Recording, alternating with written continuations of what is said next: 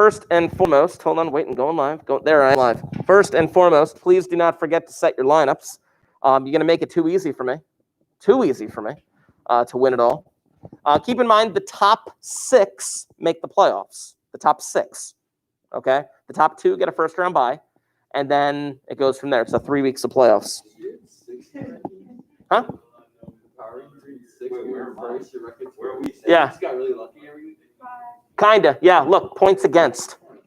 Points against. I have the least points against, and I have one of the easier schedules facing teams with like losing records, because that's strength of schedule. Yeah.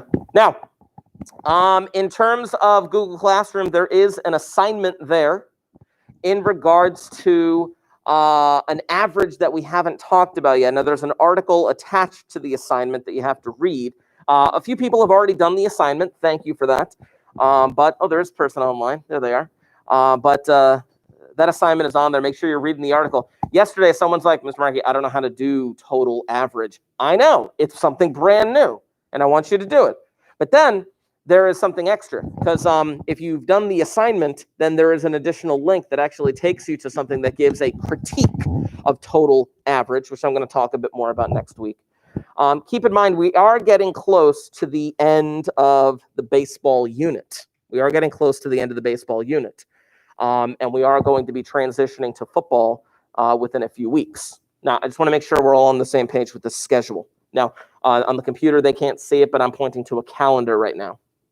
Next week is a full week. What's going on here? You're off. You have no school that week. I'm going to be live streaming on election night about 5 or 6 hours. You want to join in? Like 5 or 6 hours.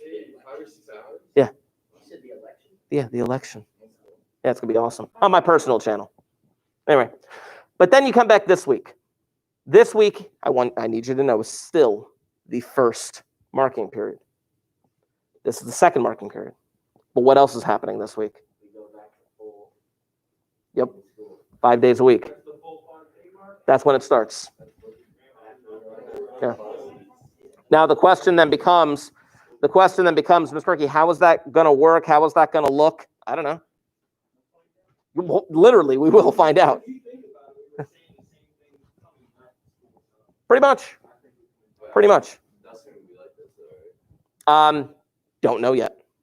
Now, you're going to have the whole class together. Now, from what I've heard, keep in mind, it's not as big as other classes that I've had. I have classes that have like 25-something people in it. But anyway, I do have extra desks in the back, as you can see, but I have to figure out how to configure them. What I've heard, and this is all that I've heard, I haven't seen anything about it, is that there's going to be, and I'm going to put this in big quotes, dividers. I have no idea what they're going to look like. Do you have any idea like what the schedule is going to look like? Nope. Do you like look at the second period now? Yeah. 9:50. If we're going to shorten it even more, the kids that get out half-day schedules, From what I heard, currently we have 70-minute class periods. From what I heard, and again, this is all that I've heard, I have no confirmation on this, they're going to shorten them to 60-minute class periods. I know. I have no idea how this is going to work. No idea. Yeah. Oh, and you wouldn't get out at 12:50. You'd get out a bit earlier because they wouldn't be serving lunch. You'd have like grab and go lunches or some junk like that. Yeah. I know. So we'll see, ? Anyway. But yeah, that's what I want to tell you. Now, furthermore, there is an additional ungraded assignment on Google Classroom in regards to my dad. I wanted to give you a little bit of background on my dad. My dad is 81 years old. And my dad has seen a lot in the history of baseball. He is a huge baseball nut. My dad grew up in Brooklyn. My dad used to walk to Ebbets Field in Brooklyn to watch the Brooklyn Dodgers play at least 12 to 15 times a year. If you know anything about the history of baseball and the history of the Brooklyn Dodgers, they suffered defeat after defeat after defeat in the World Series until they finally won in 1955, beating the Yankees. The Brooklyn Dodgers are the ones who brought in Jackie Robinson. The Brooklyn Dodgers are the ones who broke Brooklyn's hearts and eventually moved to Los Angeles. But my dad still remains a true blue Dodger fan. Not only that, my dad has a memory like a steel trap. He remembers everything. My dad saw Jackie Robinson play. Not just saw him on a video, he saw him play. Live action. My dad saw Mickey Mantle. My dad saw Ted Williams. My dad saw Willie Mays. Yeah. Now, on that assignment on Google Classroom, you got to read it because it goes into a little bit more detail. You got to read the assignment on Google Classroom. If you had the opportunity to ask my dad a question, what would you ask him? This is rhetorical for the moment. That's part of the assignment. If you want to ask my dad a question, guess what? On Saturday, I'm going over to my parents' house to go hang out with my dad, and we're going to watch Game 4 of the World Series. I was hoping it was going to be a sweep, but the Rays won last night. So Game 4 will not be the last World Series game, but I'm still going over there on Saturday. I'm going to watch the game with my dad. We love watching like major sporting events together. It's pretty crazy. Side note, a few years ago, my dad's also a huge Denver Broncos fan for some reason. I know.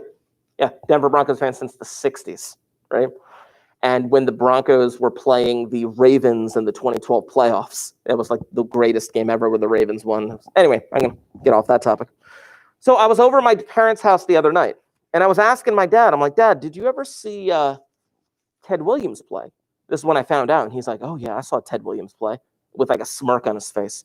And he said, not only did I see Ted Williams play, I was at Yankee Stadium in 1960 when Ted Williams played his last game at Yankee Stadium, and he hit a home run. I'm like, that's insane. He's like, yeah, the score was 7-1. And I'm like, you got to be kidding. I looked it up. He was exactly correct. Not only did Ted Williams in his last game at Yankee Stadium hit a home run, but the score was 7-1. And then I saw something. I'm like, what is this? On the stat sheet, it says GS-7. He's like, I don't know what that means. Now, I looked it up afterwards. GS-7 means game started, -7, meaning he left in the 7th inning. But I didn't know that at the time. And my dad says, I don't know what that means, but I do know that he left in the 7th inning. They took him out so the crowd could give him a standing ovation. I'm like, how does he remember this stuff? It's really insane. Now, we're going to look this up today in terms of part of our lesson, but he remembers a game. He tells me, he's like, tell them this, because he's telling me stuff to tell you guys. He's like, tell them this. September 25th, 1956, Sal Magley, Brooklyn Dodgers, pitched almost a perfect game. And I'm like, almost a perfect game? What are you talking about? And he's just like, well, perfect game. He got all the way up into the 9th inning. He had 2 outs in the 9th with a perfect game. And they were facing the Philadelphia Phillies, and then he beamed Richie Ashburn in the foot, and he lost the perfect game. But he kept the no-hitter. I'm like, that's insane that he remembers that stuff. Here's another thing. He tells me, he's like, 1955, Brooklyn Dodgers. They started the season with 10 games in a row. We were at the 11th game. We were at the 11th game when Willie Mays made this amazing catch, and the Dodgers lost the game 5-4. And I'm like, there's no way he got that. I looked it up. In 1955, the Dodgers won the first 10 games in a row, and then they lost 5-4 to the Giants. Like, you've got to be kidding me. My dad has a memory like a steel trap.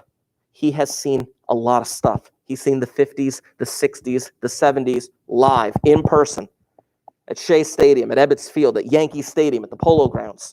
What questions do you have for him?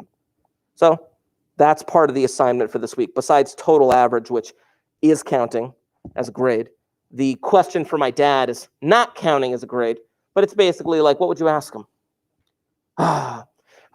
Someone, I don't know if it's this class or the other class. Is anyone's dad here like a huge Phillies fan?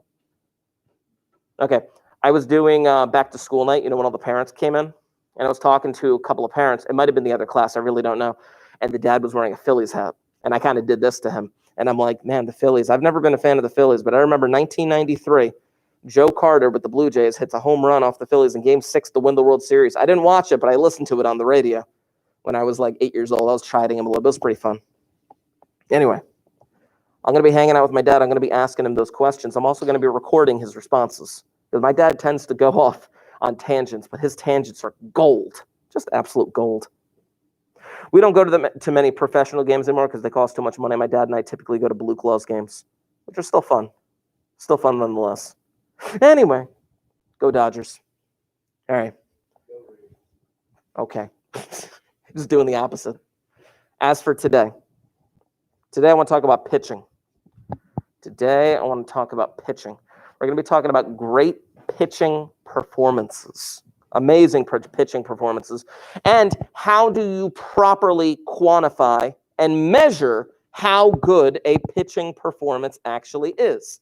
Do you measure it by a no-hitter? Do you measure it by the number of strikeouts? What does one measure it by? There actually is something that we're going to do today. First, in order to kick this off, talking about the best pitching performances, I want to show you a video of the worst pitching performance, or one of the worst pitching performances, according to one of these videos that I absolutely love to do. I'm going to bring this screen over in a moment. Let's bring this one back. Let's bring this one over. And let's pay attention and watch this. There it is. Some MLB pitchers make stellar first impressions. Steven Strasburg hurled 14 strikeouts in his super hyped debut. Juan Marichal started his Hall of Fame career with a one-hit shutout in 1960. A guy called Bumpus Jones opened his brief, mediocre career with a no-hitter in 1892. But not everyone has a happy first day on the mound. And in the deep history of humiliating debuts, one stands out as the saddest combination of bad performance, bad luck, and very, very uncomfortable circumstances. This is the worst MLB pitching debut. July 24th, 2016, St. Louis, Missouri. The Cardinals are hosting the LA Dodgers, and for the first time all season, St. Louis is using an emergency starter. Because of a rain check doubleheader and a 16-inning game earlier this week, none of the 5 pitchers in St. Louis's rotation are ready to go. So they went to their AAA club in Memphis and said, hey, give us the next pitcher in your rotation. Not necessarily the best guy or the readiest guy, just the next guy. That lucky call-up is this fellow, Mike Myers, making his first and, to date, only career start due to sheer happenstance. It's not the first time happenstance has dictated a pitching debut. In 1912, the Detroit Tigers needed an emergency starter because Ty Cobb was suspended for beating up a heckler, and Cobb's teammates went on strike to protest the suspension. The Tigers found a bunch of randos to fill in for their next game in Philadelphia, including Alan Travers, a college student they found outside, who got $50 to take the mound and pitch a complete game in which he gave up 24 runs on 26 hits. So at least Myers is a real baseball pitcher and not some random schmuck off the street. But is he ready to face the playoff-bound Dodgers? Let's see. Well, with a couple strikes, he's got the count in his favor, but Chase Utley just kind of sticks out his bat and pokes one into center field for a single. The very first batter is on base. But hey, at least Myers faced a batter, right? In the 9th inning of a 1971 Astros game, Robin Yount's older brother, Larry Yount, was called to the mound to make his debut. He entered the game, but aggravated an elbow injury while warming up and was pulled before throwing his first pitch. Yount never got another opportunity. That non-debut debut was his whole career. Myers' arm feels fine, so with a man on first, he deals to Corey Seager, gets up 2 strikes again, but then Seager hits this weird roller that just stays fair. No play at first or second, so that's 2 men on. Bad luck, and now Myers is starting to sweat. He's sweating because, remember, this isn't a relief inning in the middle of a game. He's getting his major league baptism as a starting pitcher, and it happens to be Sunday Night Baseball on ESPN. People are watching, including a large contingent of Myers' family members who were going to go watch him in Memphis, but took a surprise road trip detour to see him pitch on a way bigger stage. Oh, and Myers is also sweating because it's 100 degrees. So yeah, whatever he does, it's going to be as a starter in front of his family and a national TV audience and Marlins man and everybody. It's going to be a story. This is not like Fred Hutchinson's debut in 1939. In which he gave up 8 runs in just 2/3 of an inning in relief against the Yankees, but was totally overshadowed by Lou Gehrig's decision that same day to end his legendary streak of 2,130 straight games played. Myers still has a chance to get out of this pickle, and with a full count against Justin Turner, he throws what might be strike 3, but no. The umpire calls it ball 4. Turner walks, bases loaded. And yeah, this felt like it was coming. Myers misses his spot and serves Adrian Gonzalez a pitch straight down the middle that Gonzalez crushes for a grand slam. Oh, Mike, I feel for you, man. Oh, God, and his family looks so sad. This hurts. And before the broadcast even gets out of replays, Myers has given up a double to Howie Kendrick. Finally, against the 6th batter he faces, Yasmani Grandal, Myers records a strikeout. What a relief. His family finally has something to applaud. And this saves Myers from one potential ignominious achievement, the infinite ERA. According to some accounts of Harry Heitman's 1918 debut for the Brooklyn Robins, Heitman took the mound, gave up 4 hits that would all become earned runs, recorded 0 outs, got pulled from the game, then walked straight out of the stadium to enlist in the Navy and never play pro baseball again. 0 outs means Heitman counts as having pitched 0 innings in the ERA calculation, which means his career ERA is loop-de-loop. That honestly might be preferable to a situation like that of Frank Worm, who in his 1944 debut recorded a single out to go with 4 runs surrendered, never pitched again, and lived on with a career ERA of 108. Myers has not left the field to volunteer for military service or for any other reason, but that ERA is climbing and he's gotten himself in another pickle. After inducing his second out, Myers walks Jock Peterson and ends up with men on second and third. And then Scott Kazmir, the goddamn pitcher, drives in both runners to make the score 6-0. Myers finally gets out of the inning, and now you've got to wonder if his night is done and where 6 runs in an inning ranks among the worst debut starts ever. Because there have been some bad ones even in recent history. Just a month before this game, Zach Eflin debuted as a Phillies starter and gave up 9 runs, 8 of them earned, in 2 2/3 innings. In 1996, these same St. Louis Cardinals sent out Mike Busby for a start in his first ever game, then pulled him down 13-3 after 4 innings. Then there's Arnie Munoz, who in his 2004 debut for the White Sox gave up 1 run in the first inning, then 9 in the second, eventually exiting his first game with 11 runs surrendered in 3 innings. Those are all much longer outings than this one, but hey, Myers is back on the mound for the second inning, and the Cardinals picked up a run for him. Changing tides, perhaps. Shit, maybe with such a big lead already, the Dodgers will go easy on Myers. That's what happened in Squire Potter's debut for the Washington Senators in 1923. Potter pitched so poorly, including 9 runs in 3 innings, that Cleveland base runners allowed themselves to be thrown out just to curtail the embarrassment. Kind of. But look, Myers gets the first batter out, so maybe he doesn't need any help. Maybe things are turning around. Or maybe the next batter gets on with a single, then Gonzalez picks up another hit, and a throw to third sails into the dugout, so Gonzalez winds up at third and another run scores. If Myers can't get out of this inning intact, then that's... oh no. Howie Kendrick homers, and even though the Cardinals are trying to preserve a bullpen full of dudes who all put in major work this week, it's time to pull Myers. The final total, 9 earned runs in 1 1/3 innings. That's good for an ERA of 60.75, by far the worst in recorded baseball history among starting pitchers who gave up 8 or more runs in their debut. He got hit very hard, very, very quickly. It would be Myers' last start, too. These days, he's a regular, solid reliever in the Cardinals system, but he'll never forget that first taste of the majors. Many pitchers have gotten rocked their first times out on the mound. Pitching history is riddled with dismal debuts. During production of this video, Arizona's Yoan Lopez started his career in the majors by facing exactly 3 batters and giving up 2 home runs and a triple. There's a lot of all flavors, but no one has ever done it quite like Mike Myers, for whom fate and mishap collided in front of his family and the whole damn country, forming the worst pitching debut ever. A perfect storm of humiliation. There we go. Now, it is impressive to do so poorly, but then your team to be like, listen, we don't have anybody else. You got to go back in there. But this guy was young, and he's come back. He doesn't play for the Cardinals anymore. I think he got traded to somebody else, but that's besides the point. Who? Nice. Now, for those of you in the chat, I did get a PDF of this worksheet that I just passed out in the Google stream, so please, by all means, make sure that you take a look at that, because that's what we're going to be working on. Now, how do you measure a good pitching performance? There's a bunch of different subjective ways in order to do that. Clearly, no hits, a bunch of strikeouts, as I mentioned before.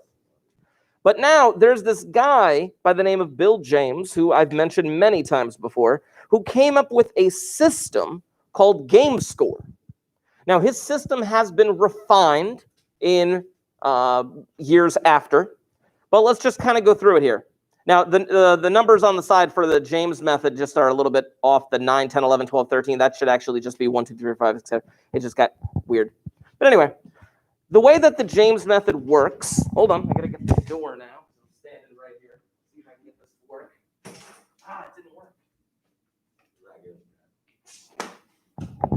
You've only seen me do it once and you're so terrified. Anyway, the way the James method works is you start with 50 points. And then things that you do that are considered to be good, you gain points. And things that are considered to be bad, you lose points. So for example, in the James method, you start with 50. You add 1 point for each out recorded. So 3 points for every complete inning. You add 2 points for each inning completed after the 4th. And the reason for that is that the deeper that you go into the game, the more difficult that it is for a pitcher to maintain quality. You add 1 point for each strikeout, but this is where the negatives come in.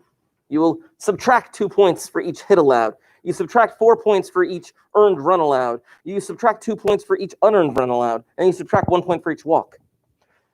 Now, I will tell you that they basically say, whatever your game score is, and this is more of an opinion, whatever your game score is, that is the percent chance that you are giving your team to win. If you have a game score of like 90, which is really good, you're giving your team a 90% chance to win the game. Obviously, it depends on what they do on their end as well. If you have a game score that's really low, then obviously, sorry, you're not giving your team that much of a chance to win the game. Then there's the tango method, which is a little bit more refined. You start with 40, you add 2 points for each out recorded, so 6 for each complete inning. Add 1 for each strikeout, subtract 2 for each hit allowed, 3 for each run allowed, earned or unearned, subtract 2 for each walk, and 6 for every home run. The tango method does take other things into consideration, but I want to focus on the Bill James method. So I'm going to ask you the following question. First of all, you know how many innings there are in a typical baseball game? There are 9. You know there are 3 outs per inning, 27 outs. I'm going to ask you the following question. For the Bill James method, just for the James method, I want you to calculate the highest score possible. What is the best score possible using the Bill James method? Not the tango method, the Bill James method. I want to give you a little block of time, maybe a few minutes. Read through the Bill James method. There are 27 outs in a baseball game. What is the best possible score someone could get? Go for it.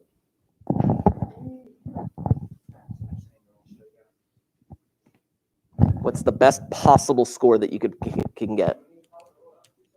There are 27 outs in a regulation game. Obviously, if they go to extra, we can't account for that. So we'll just stick to 9.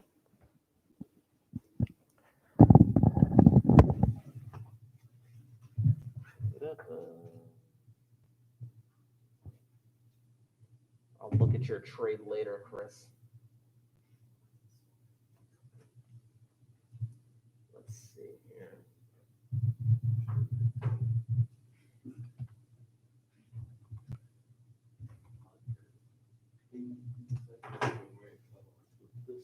Thank you for watching The Worst. Get rid of that.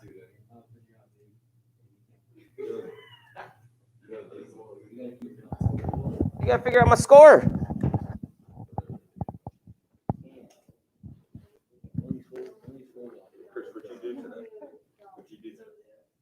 Gentlemen, you gotta figure out my score. Do you already have it? Oh wait, what was the question? I asked it several times. Oh, this is awkward. I feel what? You have to figure out what the best possible Bill James score is for the game score. Yeah. Chris, you got it? Yeah. Best possible. Like reality score or like just Best possible. Because here's the thing, and Matt asked me this question before. He's just like, so like every batter is a strikeout. And, you know, I guess you can consider that. But here's the thing, getting 27 strikeouts in a game, no one has come close to 27 strikeouts in a game. But What's the most strikeouts any pitcher's ever had? 20, Who did that?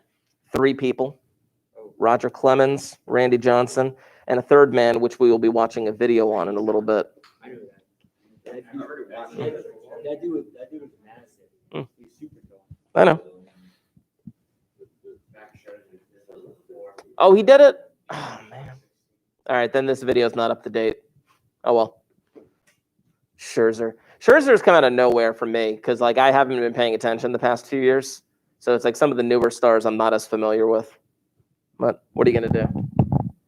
But Scherzer's probably, if he keeps it up, going to be a surefire Hall of Famer, which is why I think like the story of the video that I'm watching is much more interesting. You know?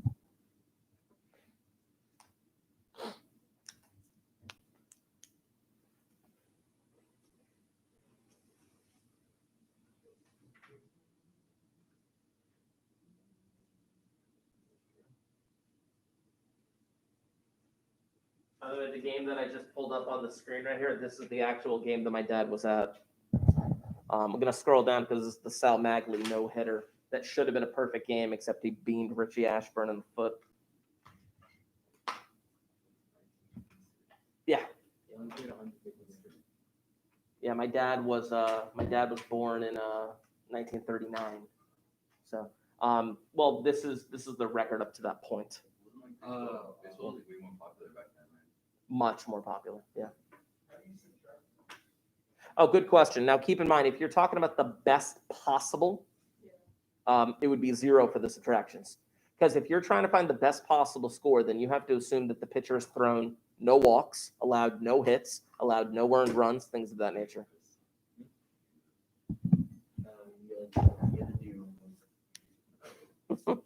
What'd you guys get? 114. 114? Okay. 114 is the highest possible score that you can get. The highest possible score you can get with the Bill James method. Now, I'm not worried about the Tango method. We'll do the Tango method another time, but I want to talk about the Bill James method. 114. If you had to guess, and people are pretty good with this, how many times in Major League Baseball history has a pitcher broken the 100 barrier? You're saying 6 times? You're saying 4 times? Because remember, 114 is the highest. You're saying 30. Yeah. In terms of a score, quantifiably, it's the best possible 9-inning game a pitcher could ever pitch. 4 times. Okay. 13. 13 times in the history of baseball has a pitcher pitched a game score of over 100. I actually have the bookmark to the page right here. It's the greatest individual pitching performances of all time. Let's go back up to here. There we go. So they have a bunch of people who have broken 100. Here are the people who have broken 100. Warren Spahn, Nolan Ryan broke 100 or hit 100 twice, right on the dot. Kurt Schilling in 2002, Randy Johnson in 2004, Brandon Morrow in 2010, Max Scherzer in 2015. Let's see. But then a bunch of guys have gotten 101. Nolan Ryan again, Sandy Koufax. Sandy Koufax, in my opinion, greatest pitcher of all time. Matt Cain. Clayton Kershaw got a 102 in 2014. Max Scherzer got a 104. A no-hitter against the Mets in 2015. Good for him. But then the best game ever pitched of all time was in 1998. A score of 105 by this man named Kerry Wood. You know who Kerry Wood is because I asked you, but like, has anyone ever heard the name Kerry Wood before today? Yeah. I'm just saying, he's not going to be a Hall of Famer. Kerry Wood. He did not have a good enough career. He had one great season. Mind you, it happened during his rookie season. It was his 5th career start. Right now in baseball is debatable. I mean, you could say DeGrom. You could argue Kershaw, Scherzer. Kershaw still is good. He wrecked them in Game 1. Just saying. Game 1 of the World Series. Yeah. It's okay. The interesting thing about the Dodgers, though, the Dodgers, this is their 3rd World Series in 4 years. Do you know the last time the Dodgers made it to 3 World Series in 4 years? I mixed up the numbers. They made it to 3 out of 4. The last time the Dodgers did that, do you know when? The 60s, the early 1960s, where they won 2 of them. They won in 63 and 65. Yeah, crazy. Anyway, now I want to go to the Sal Magley game because we got to calculate something here. My dad was at this Sal Magley game in 1956, and I want to figure out what is Sal Magley's game score. So Go down to here, go down to, there it is, the pitching box score, if this thing would actually scroll the way that I want it to. Okay, so what do we need? What do we need to know about Sal Magli's performance in order to calculate this score? You add a point for each out recorded, right? So how many innings did he pitch? 9. Pitched 9 innings, which means he recorded 27 outs. So you need that. What else do you need? Innings after the fourth, which we do need to add in. We do need to figure that out. So there was the 5th, 6th, 7th, 8th, and 9th inning after the fourth. He did pitch those. So he pitched 5 innings after the fourth. Add a strikeouts. How many strikeouts did he have? He had 3 strikeouts. Only 3 right there. I know. He had a good defense behind him. You do have, now he gave up no hits. As I said, my dad said it was almost a perfect game. He had 1 batter that he hit, which if I went to the game log, I think it would say that somewhere. Oh, there it is, right there. Richie Ashburn. Yeah, my dad remembers it like it was yesterday. Almost, yeah, what was that? It was 56, so you're talking like 50, 60, 64 years ago. 64 years ago, and he remembers it like he was there. He was 17.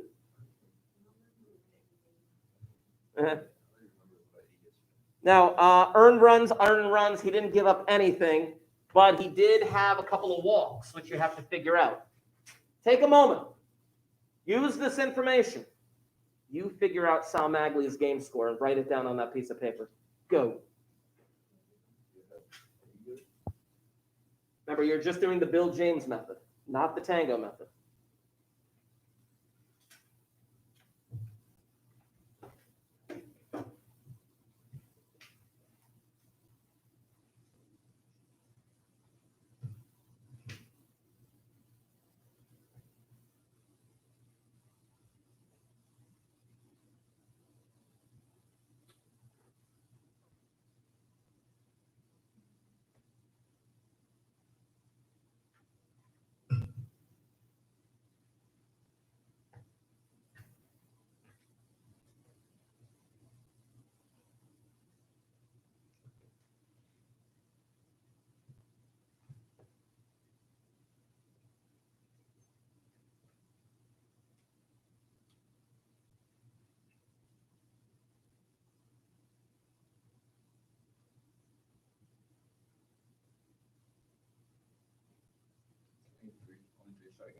Yeah.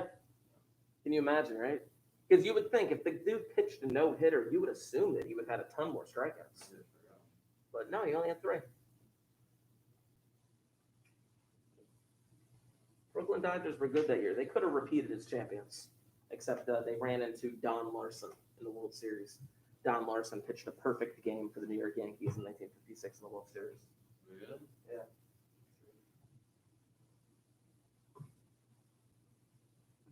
There wasn't another post-season no-hitter like that until, what, Roy Halladay? Yeah. It's a really great performance. I don't know if you've ever looked it up. I want to say it was 2000 or 2001. I can't remember what it was. It was the Yankees Mariners. I think it was the Mariners. It was Roger Clemens. He had a 1-hitter. Amazing performance. There's a lot of videos about that. What'd you get? 88. Heard 88. Yeah, 88. Now, game score, it is 88, by the way. Game score is a widely accepted calculation that people use in order to determine how good a pitching performance is. Did anybody notice what I left on the board? Oh, let me back up. Now, 88 is the answer, right? I said game score is a widely accepted calculation in Major League Baseball to determine how good a pitching performance is. It is widely accepted. Did anybody notice? Yeah, it's right there. Well, I couldn't believe that. I know. But that's the point. I know. I wanted you to calculate it by hand, but I just wanted to show you how widely accepted it is to the point where even baseballreference.com leaves it in there. No, you did it on your own. Yeah, pat yourself on the back while I reject your trade. Anyway. I didn't even know about 33.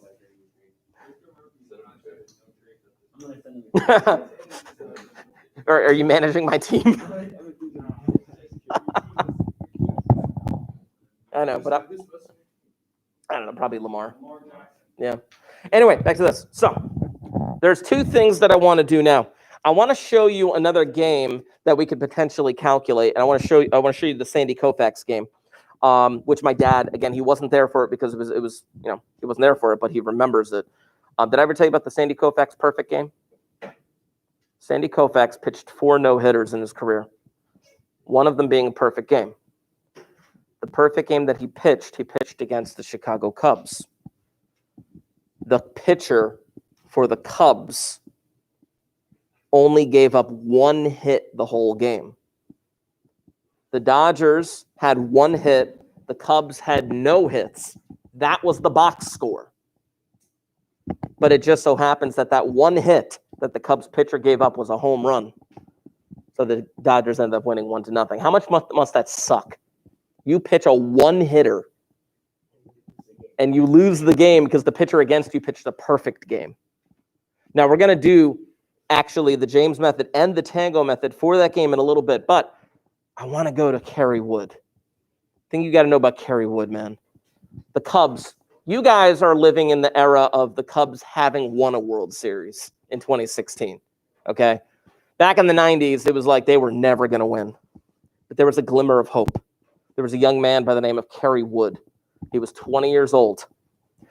He was in his 5th career start, and he pitched what is widely considered to be the greatest game in the history of baseball. I want to show you. Yeah, I'm not going to show you all of it. I want to show you roughly the first 12 minutes of this. Centhouse provides essential services to businesses across North America. So come on. For the workday. There we go.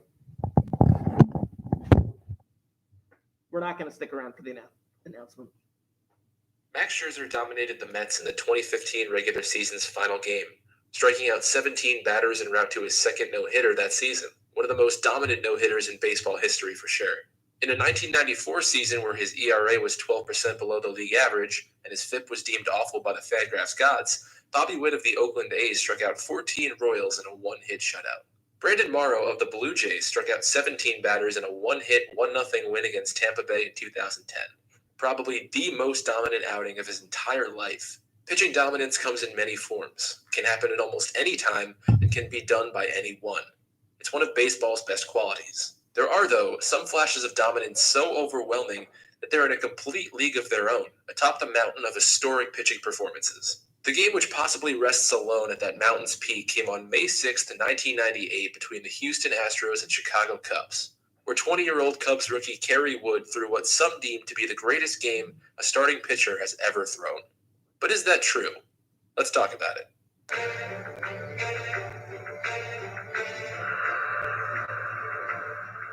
The unpredictability of baseball is something that makes the sport stand above the rest in my eyes. While modern analytics help us better predict what is and isn't going to happen at a certain point in time, its reach is limited. Regardless of the likelihood of that event, if you can imagine something happening in baseball, then there's a good chance that it can actually happen. Unpredictable is a pretty good word to describe the game we'll be talking about today. To prove my point, let's imagine for a second the likely ingredients that would go into the greatest pitching performance ever. It's likely that the pitcher throwing it would be at least somewhat experienced. Maybe he already has a few big league seasons under his belt, maybe even an accolade or two. You'd figure that for a team to be dominated so profoundly, they'd have to have a pretty poor offense. It's probably likely that the pitcher would have been locked in from the first pitch to get him into a good rhythm for a game so monumental. And what we actually have to work in. So I just want to pause right here. Just remember these 3 things. What do you have to have a really good pitching performance? Likely you're an experienced pitcher. Likely the team that you're playing is not that good. And likely you're pretty locked in early in the game or very early in warm-ups and you're like, yeah, I feel pretty good today. Those are the 3 good ingredients for a good pitching performance. Watch what happens. From the first pitch to get him into a good rhythm for a game so monumental. And what we actually have to work with is pretty much the polar opposite of everything I just said. In the middle of a 3 consecutive NL Central title run for the first time in franchise history, the Houston Astros were one of the best teams in baseball, powered by one of the game's best offenses. This may have even been the greatest offense the Astros had in their history up to this point. Their lineup featured a handful of the guys who were present for their 2005 World Series run, which we talked about last video, Bagwell, Biggio, and Everett to name a few, as well as some other great hitters like Moises Alou and Derek Bell. You'll see what some of these guys had to say about the game shortly. Each of their starting position players were above-average OBP guys, the team was 4th in runs scored, and they were in the top 10 in all of baseball in strikeout rate. It may be surprising that one of that year's best offenses were on the short end of maybe the greatest pitching performance ever. And that's the point. Pitching dominance can happen at any time and can be done by anyone. Now let's talk about the one. First-round draft pick Kerry Wood was pitching in his first big league season and had only 4 starts under his belt going into his outing against Houston. He was one of the most hyped prospects of his time, and through his first 4 big league outings had 2 good and 2 bad. About a week before the game, he had given up 7 runs in an inning and 2/3 against the Dodgers, so it was a bit hard for Chicago to guess what they were going to get the rest of the way from their young starter, with just a small and inconsistent sample to work with. Oh, I'll also point out, look at the style back in the 90s. It's kind of like, that's kind of a gross sweater. I don't know. Anyway. Let's take a step back for a second and talk about a stat we haven't before. It's called game score, and it was invented by Bill James, one of the most influential baseball minds to ever grace the game. Comparing a pitcher's performance with either a future or past version of himself or someone else entirely isn't that easy. James wanted to create a stat that could sum up a pitcher's performance in one game into one coherent number. Quality starts were the only comparable metric at this point, but the quality start just isn't a good stat. Here's an example of why. Bartolo Colon throws a complete game, giving up 4 runs on 3 hits. Justin Verlander throws 5 innings and gives up 3 runs on 9 hits. Colon's ERA that game was 4. Verlander's was 5.4. Only one of those two gets credit for a quality start, and it isn't the good-looking one. Colon would have a higher game score in this case, as he did have the better outing on the mound. And this is why game score is a much better metric to use for quantifying a pitcher's performance in a single game than one which tracks whether or not he gave up 3 runs or less in at least 5 innings of work. Game score isn't a stat that accounts for ballparks or run-scoring environment, so it isn't close to perfect, but it's still interesting to account for. We'll come back to it later. For now, though, let's talk about the game itself. Here was Houston's starting 9 for their game in Chicago on the 6th of May in 1998. I just want to point out, look at Bell's average at that point. We talked about a 400 hitter. At that point, it's only like a month or so, month and a half into the season. But the guy is already averaging 400. Carl Everett and Bill Spires were the only 2 regulars out of the lineup. The Achilles heel of Kerry Wood was his control. He was sometimes pretty wild, something you could clearly see that day as he was throwing his warm-up pitches. As he so gracefully put it himself, he was all over the place. So much so that he cut his warm-ups early and told pitching coach Phil Reagan that he wanted to save what little he had for the game. His silver lining was that he honestly thought it couldn't get any worse. You believe that? Greatest game ever, and this guy's thinking he's due to completely tank. Although after seeing the first pitch of the game, you thought maybe he could have been right. Just watch this. This is super funny. The first pitch of maybe the greatest game ever thrown turned out to be a wild pitch that hit home plate umpire Jerry Meals square in the face. What was even cooler, though, was that Wood followed that first pitch up by coming back to strike out the side in the first inning and striking out the first 2 batters in the second inning and striking out the next, well, he struck out a lot of batters in the game. Houston outfielder Dave Clark recalled what Jeff Bagwell had told him in the dugout after his first inning matchup against Kerry Wood. Boys, it's going to be a long day. Maybe it's going to be a short day. Another good Astros hitter in Moises Alou was a pretty confident guy. He'd have his own history in the future as a member of the Cubs in that same ballpark. After his first go-around with Kerry Wood, he went back to the dugout, looked shortstop Ricky Gutierrez straight in the face, and said, "Good luck." They already knew Kerry had ascended to a higher plane of existence on the mound that day. In that aforementioned second inning, Wood just came short of 6 straight punch-outs when Dave Clark flew out to center, which was one of 2 balls hit that game to leave the infield. No big deal. Wood struck out his first 5 batters, struck out another 5 consecutive batters in the 4th and 5th innings, and then took it a step further towards the end of his historic outing. In the 7th, 8th, and 9th innings, Wood faced Bagwell, Howell, Alou, Clark, Gutierrez, Ausmus, Spires, Biggio, and Bell. With only a month of play under their belts, this is a rough approximation, but let's do some quick math. Heading into that game, these are the probabilities of these hitters individually striking out. Heading into his 7th inning of work, the probability of Kerry Wood striking out 9 straight batters to break a major league record and end his game with 22 strikeouts to notch another major league record was 0.00001397%. Really, really small. He didn't do it, so don't worry about it. The probability he'd strike out 8 of them, though, a little higher, but still really small. He didn't do that either, but he did strike out 7 straight batters, snickering at that measly 0.0004% probability. This was the 3rd streak of 5 strikeouts or more he had in that game alone. Another incredibly rare feat whose probability is also really small. The Astros, whose offense I described to you earlier, could get only 1 hit that day off Kerry Wood. That 1 hit was an infield hit off the glove of third baseman Kevin O'Ree in the 3rd inning. There's a point to be made that had it been later in the game with the no-hitter intact, maybe that scored differently, which is an entirely other topic about the subjectivity of a score. I'm going to rewind this real quick because I wanted to point out something, but don't forget the stuff on Google Classroom. So check this out. Just Intact. watch this real Maybe quick. that scored. Look at this real quick. Like, they scored this a hit. And I would argue against this, but I mean, they scored this a hit. I don't understand why they would score this a hit. Differently, which is an entirely that had it been later in the game with the no-hitter intact, maybe that scored differently, which is an entirely other topic about the subjectivity of a scorekeeper and the problem with the error. For our sake, though, just know that the only hit that he allowed to the Astros was an infield hit that some can even question the legitimacy of. Ricky Gutierrez, who actually got that hit, was later teammates with Wood when he joined the Cubs in 2000. He teased Kerry about it constantly, and it led to a pretty good friendship between the two. Houston announcer Bill Brown credited Wood with making the Astros offense that day look like it was made up of high schoolers.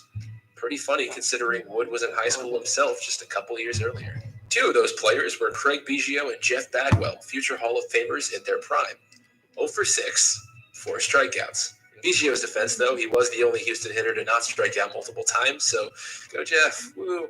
The heart of the Houston order, Bagwell, Howell, and Alou, 0 for 9, 9 strikeouts. 3 hitters representing the heart of the legendary Houston lineup, 3 hat tricks.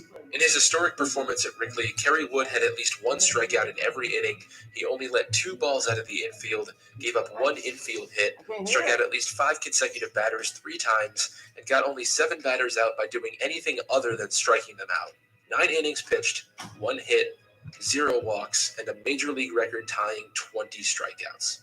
Wood was only the 2nd pitcher ever to match his age in strikeouts in a single game. Poor Jamie Moyer could barely do that in his entire final season with Philly at age 47.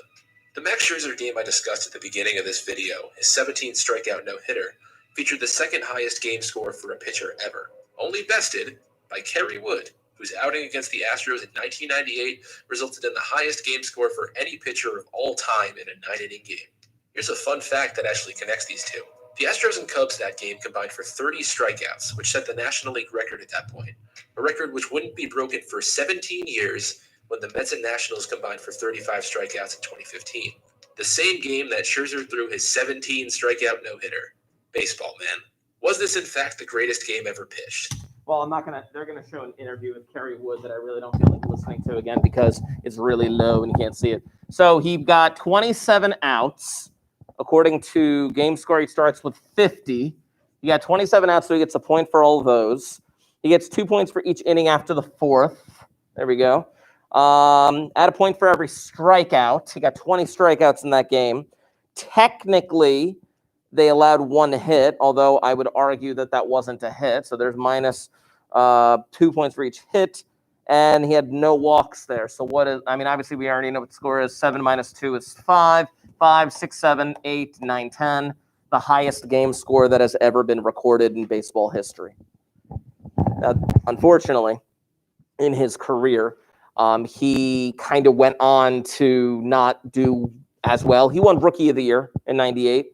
He had some flashes of greatness. He was on the, I believe he was on the 03 Cubs team that made it to the NLCS and lost to Bartman. I don't know. You guys know about the Bartman issue? No? Yeah. I know you know about it. 2003. 2003 was the Marlins and the Cubs, right? They were in Game 6 of the NLCS, and there was a pop fly along the left side to the foul line.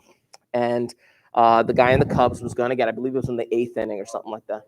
Yeah. And the fan reached over in Chicago, and got the ball, knocked the ball into the fence. He didn't even get the ball. And they called it interference, and they didn't get the out, basically. And as a result, the Marlins had another chance. The Marlins came back. They won that game. The Marlins won Game 7, and the Cubs curse continued for an additional 13 years. My goodness. Just as a reference, you know about the Cubs curse, though, right? 1908 was when they won, and then They didn't win again until 2016. I know, 108 years. Oh my gosh. Anyway, here's what I want to do. I want to talk about that Sandy Koufax game, and I'm going to have you do some calculations for me.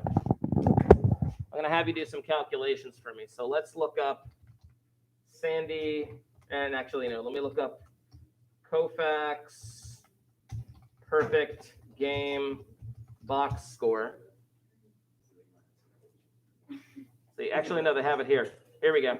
Good. Now, here's the Sandy Koufax perfect game box score. 1965. Dodgers and the Cubs.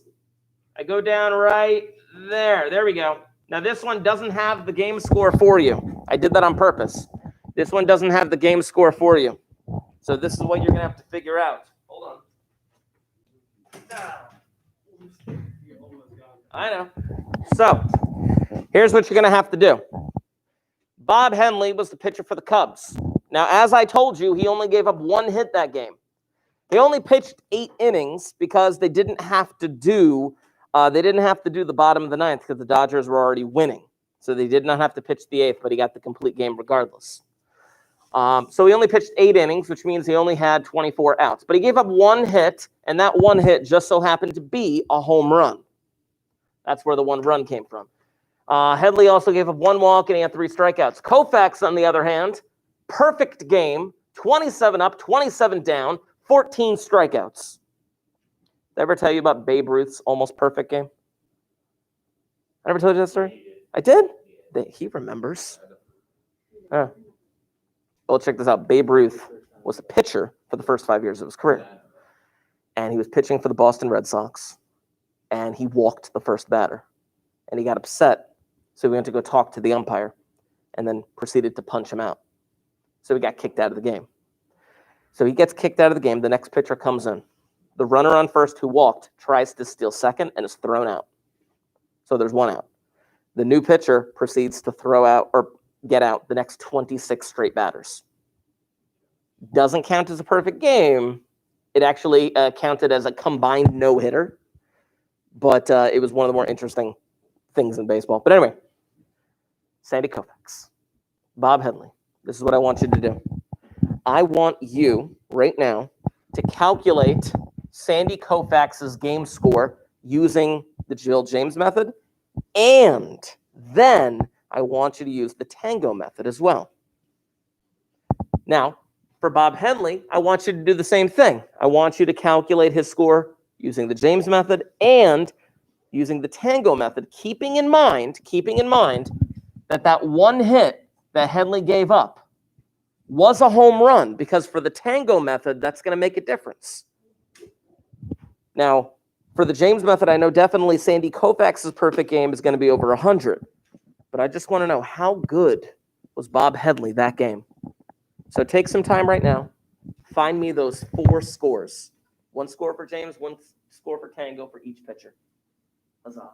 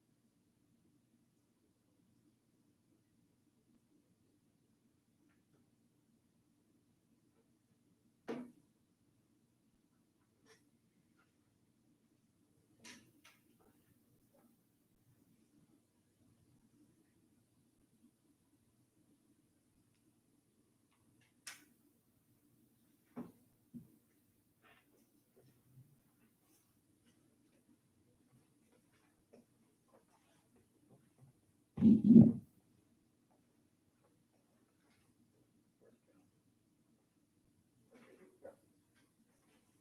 is that? There it is.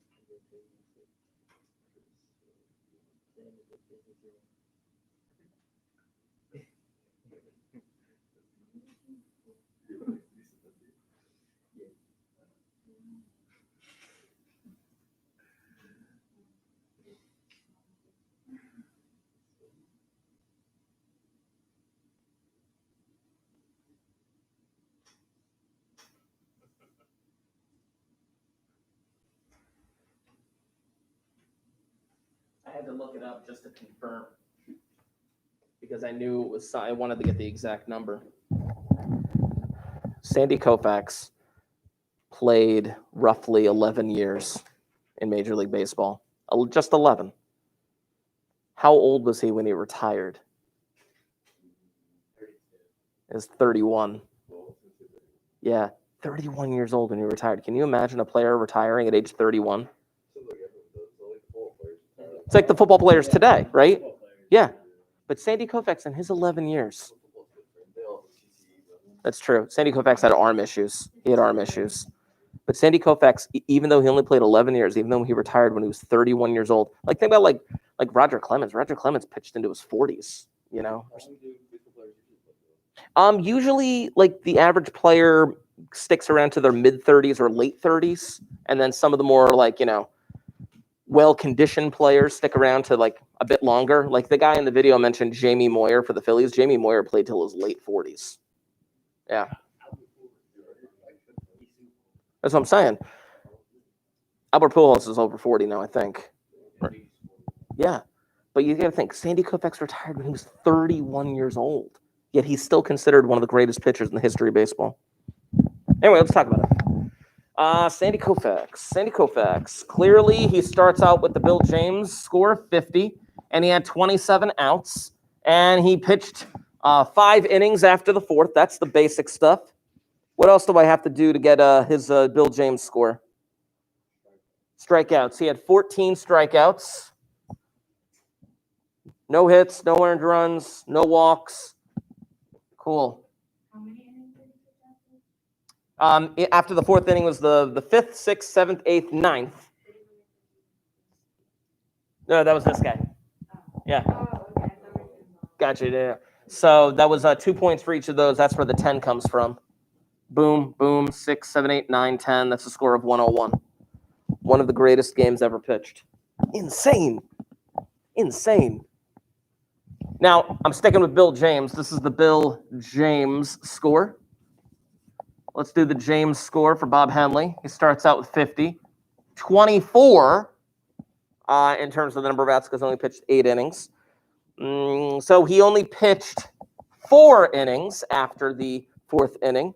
He only had 3 strikeouts.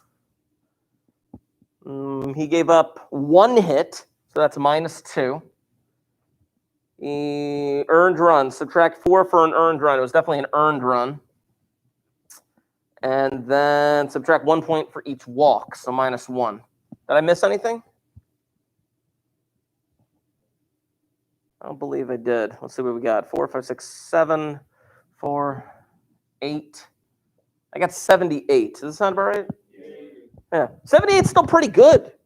78 is still pretty good. If you look at the paragraph at the top, if you get a score between 80 and 90, it's an excellent game. That was an excellent game he pitched. Just unfortunately, he faced Sandy Koufax. Now, let's look at Tango. Now, Tango is a refined formula. It's refined. It's refined in the sense where it's trying to take other things into account that Bill James didn't necessarily try to. It'll give you a slightly different score, and it's on a slightly different scale. Talking about Tango. You start with 40. And then from there, you add 2 points for each out recorded. So that's 54 points. Add 1 point for each strikeout. 14. No hits, no runs, no walks, no home runs. What is that, 108? Yeah. Now for the scale for the tango thing, I believe you would start out with 40, you can get 54, that's 94. What's 94 plus 27? 94 plus 27. That's the highest you can get on tango then. That's the highest you can get on tango if you get 27 strikeouts. Yeah. Let's look now. Obviously, the tango score inflates Sandy Koufax's game score a little bit. Let's see what tango did to Bob Henley. He starts out with 40. He had 48 points for the number of outs because it was 24 outs times 2. 1 point for each strikeout. Good for him. He gave up 1 hit, -2. He gave up 1 earned run, -3. He had 1 walk, so -2 for each walk. And he had 1 home run, which is a big deal, -6.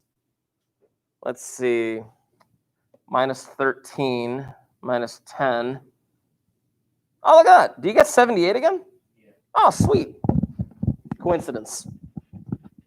So his score kind of remained the same right there. That's kind of cool. So it inflated Koufax's score a little bit. It kept Henley's score about the same. Still, can you imagine being at that kind of game?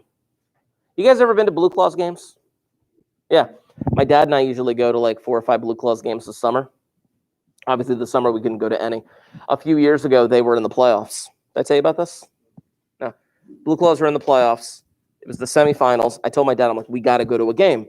So we decided to go to a Friday night game, and it's like the clinching game. If they win this game, they move on to the championship series, which, by the way, they did win the game, and they lost the championship series. But that's not the point. My dad and I go to this game, and I forget the name of the pitcher. I got to look it up now. But he pitched a no-hitter for the Blue Claws to win that semifinal series and move on to the championship. It was crazy seeing, like, if you've ever been to the Blue Claw Stadium when it's been sold out, it's insanely awesome. It just really is. Anyway, I remind you of the Google Classroom assignments. You have 2 things on there. One of them is ungraded. That's asking my dad a question. I'm going to do that on Saturday. The other one is a total average calculation. There's an article for you to read and a total average calculation for you to get done for me. Make sure you get that done in an appropriate amount of time. Obviously, we do have Friday as well to kind of get that done. It's not due until roughly 2 o'clock.